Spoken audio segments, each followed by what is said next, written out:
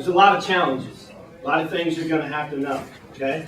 But I started out in NRD St. Louis as a young BM2, right? Made BM1 there, and then became an NC1. Went from there to NRD Kansas City, right? NRD Kansas City, did 3 years there, then went to Denver.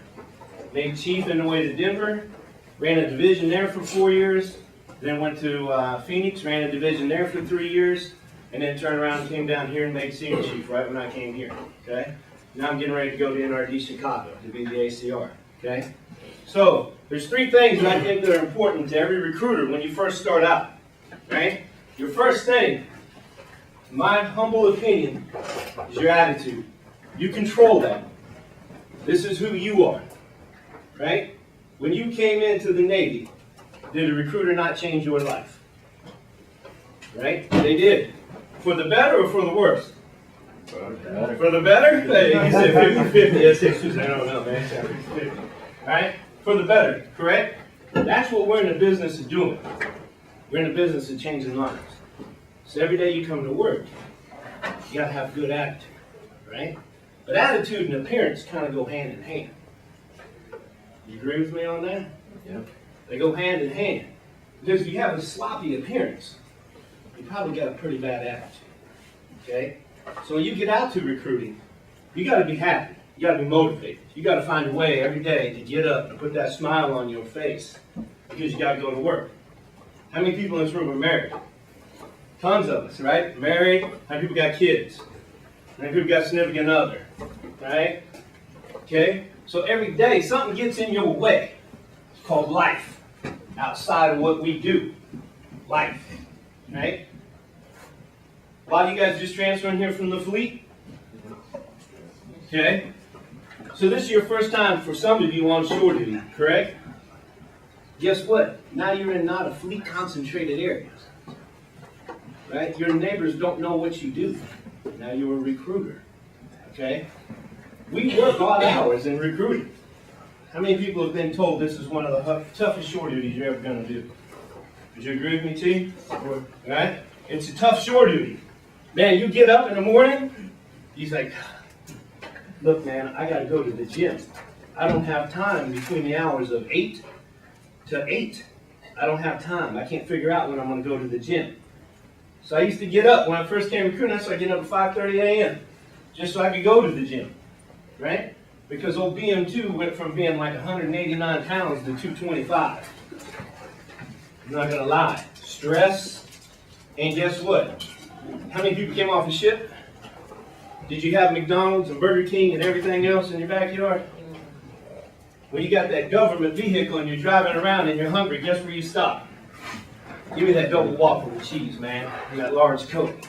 Right? We don't think about Subway. We're on the fly. We got things to do. We got people to see, people to talk to. It's easy to gain 20, 30 pounds out here. Right? So then your appearance goes away because the next thing you know, you walk around, you got on floods.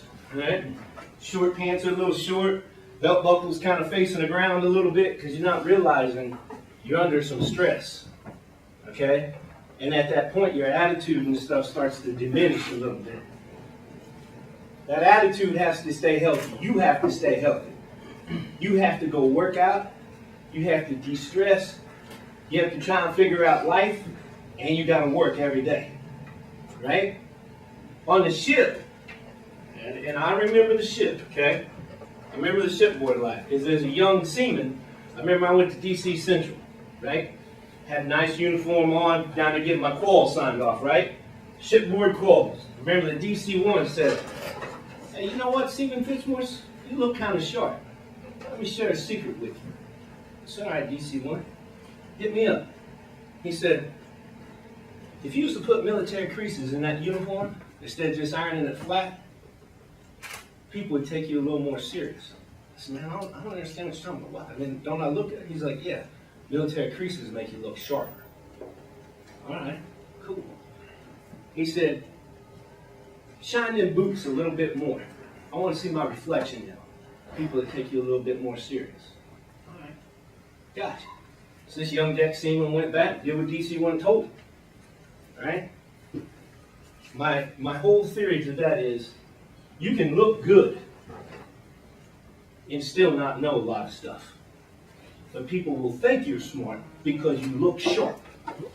You understand what I'm saying? And in recruiting, this is vital. Okay, I'm going to tell you that it's vital because your knowledge is going to get tested more out here every day than it has anywhere else in the Navy. I promise you that. Because now people are going to come through the door and they're going to want to know stuff about the Navy that you don't know about. But you have to get on top of that stuff. You have to know about different rates. You have to know about their A schools. You have to know about their C schools. You have to be able to explain the whole process of when this young man enters or young woman enters your station, to the time they go to MEPS, to the time they ship, to what's going to happen in boot camp, to what's going to take place at school, to the time they get to the fleet. They want to know everything. And before they come in, this generation has more power at their fingertips than any generation before. You know that commercial, right? I just repeated what he said because it sounds cool, right? But it's true. They have more power.